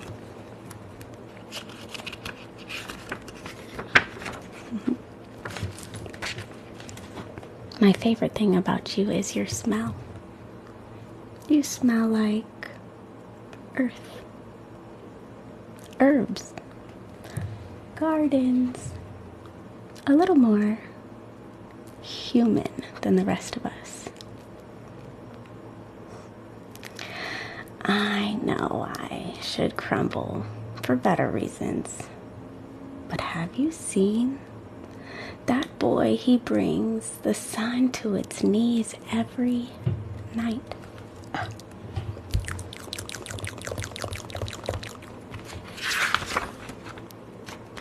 You are the faint line between faith and blindly waiting. Letter to my future lover. Nothing is safer than the sound of you reading this out loud to me. The perfect date. Y'all, we're on a date right now. That's what it says. Nothing is safer than the sound of you reading out loud to me. The perfect date. He placed his hands on my mind before reaching for my waist, my hips, or my lips. He didn't call me beautiful first. He called me exquisite. How he touches me. Are you guys picking up what they saying? I do picking it up. I like that. He placed his hands on my mind before reaching for my waist, my hips, or my lips. He didn't call me beautiful first. He called me exquisite. How he touches me. I am learning how to love him by loving myself.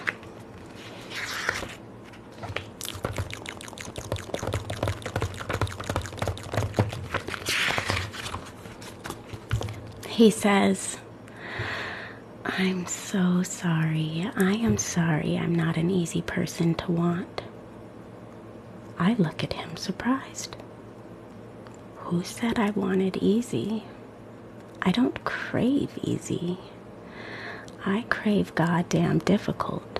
That's what it says. It says it, y'all. It says it, okay? The very thought of you has my legs spread apart like an easel with a canvas begging for art. Now remember going back to the first chapter, that's what she's used to. Just kind of like loving through her body, okay? So this is what she's refraining back to, okay? Here we go. I am ready for you. I have always been ready for you the first time. I do not want to have you to fill the empty parts of me. I want to be full on my own. I want to be so complete. I could light a whole city, and then I want to have you, 'cause the two of us combined could set it on fire. No, it's not the same guy. Chapter 1 was about her uncle and her father. Now she's getting older. So the way that she was learned to love through her uncle and father with being touched, and there's like a little gnat in here, I see it. But the way she was learned to love through her father and her uncle, that's really all she knows. So she's trying to, you'll see. All right. Okay. Love will come. And when love comes, love will hold you. Love will call your name, and you will melt. Sometimes, though, love will hurt you, but love will never be mean. Love will play no games, 'cause love knows life has been hard enough already. I'd be lying if I said, you make me speechless. The truth is, you make my tongue so weak it forgets what language to speak in.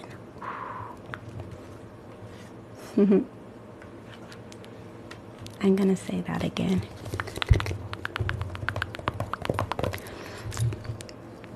I'd be lying if I said, you make me speechless. The truth is, you make my tongue so weak it forgets what language to speak in. Okay. Anyways. He asked me what I do. I tell him I work for a small company that makes packaging for... He stops me in mid-sentence. No. Not what you do to pay the bills. What drives you crazy? What keeps you up at night? I tell him I write. He asks me to show him something. I take the tips of my fingers, place them inside his forearm, and graze them down his wrist. Goosebumps rise to the surface. I see his mouth clenched. Muscles tighten, his eyes pour into mine, as though I'm the reason for making them blink. I break gaze. Just as he inches towards me, I step back. So, that's what you do. You command attention. My cheeks flush as I smile shyly, confessing, I can't help it. You might not have been my first love, but you were the love that made all the other loves irrelevant.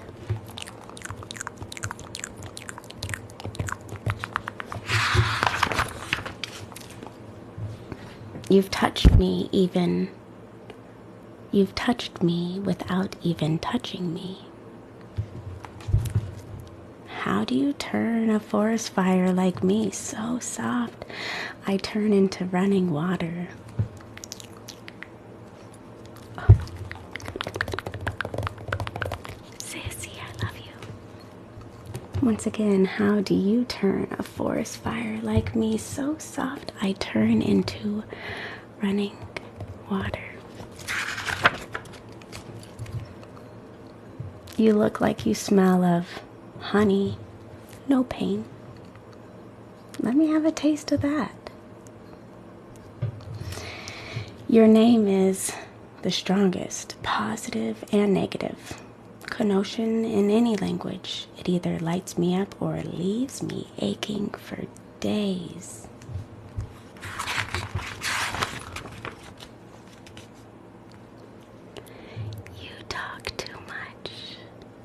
He whispers into my ear,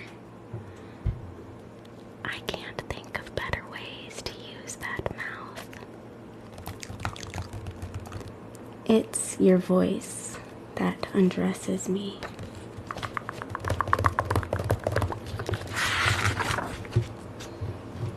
My name sounds so good, French kissing your tongue. And you wrap your fingers around my hair and pull.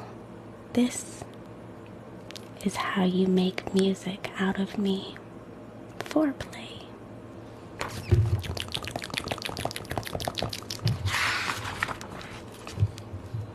On days like this, I need you to run your fingers through my hair and speak softly. You. I love this book. Okay. I want your hands to hold, not my hands. Your lips to kiss, not my lips, but other places.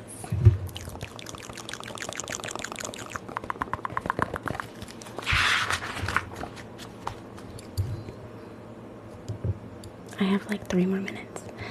I need someone who knows struggle as well as I do. Someone willing to hold my feet in their lap. On days it's too difficult to stand, the type of person who gives exactly what I need before I even know I need it. The type of lover who hears me even when I do not speak. Is the type of understanding I demand. The type of lover I need. You move my hand between my legs and whisper, make those pretty little fingers dance for me. Solo performance. Make those pretty little fingers dance for me.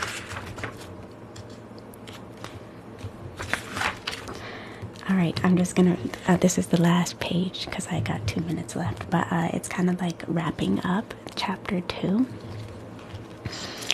Okay, we've been arguing more than we ought to about things neither of us remember or care about, because that's how we avoid the bigger questions. Instead of asking why we don't say I love you to one another as often as we used to. We fight about the things like who was supposed to get up and turn off the lights first, or who was supposed to pop the frozen pizza in the oven after work. Taking hits at the most vulnerable parts of one another. We're like fingers on thorns. Honey, we know exactly where it hurts. And everything is on the table tonight. Like that one time you whispered a name I'm pretty sure wasn't mine in your sleep. Or last week when you said you were working late, so I called work, but they said you had already left a couple hours ago. Where were you for those couple hours? I know. Your excuses make all the sense in the world, and I get a little carried away for no good reason and eventually begin crying. But what else do you expect, baby? I love you so much. I'm sorry. I thought you were lying. That's when you hold your head with your hands in frustration, half begging me to stop, half tired and sick of it. The toxin in our mouth has burnt holes in our cheeks. We look less alive than we used to, less color in our faces, but don't kid yourself. No matter how bad it gets, we both know you still want to nail me to the ground. Especially when I'm screaming so loud, our fighting wakes the neighbors and they come running to the door to save us. Baby, don't open it. Don't open it. Don't open it. Instead, lie me down. Lay me open like a map, and with your finger, trace the places you still want to out of me. Kiss me like I'm the center point of gravity, and you are falling into me like my soul is the focal point of yours. And when your mouth is kissing not my mouth, but other places, my legs will split apart out of habit. And that's when I pull you in, welcome you home. When the entire street is looking out their windows, wondering what all the commotion is, and the fire trucks come rolling in to save us, but they can't distinguish whether these flames begun with our anger or our passion, I will smile, throw my head back, arch my body like the mountain you want to split in half. Baby, lick me. Like your mouth has the gift of reading, and I'm your favorite book, your favorite page in the soft spot between my legs, and read it carefully, fluently, vividly. Don't you dare leave a single word untouched, and I swear my ending will be so good. The last few words will come running to your mouth, and when you're done, take a seat, 'cause it's my turn to make music with my knees pressed against the ground. Sweet baby, this is how we pull language out of one another with the flick of our tongues. This is how we have the conversation. This is how we make up. How we make up. So that's like about the toxicity. But I do have to go, you guys. I do have to go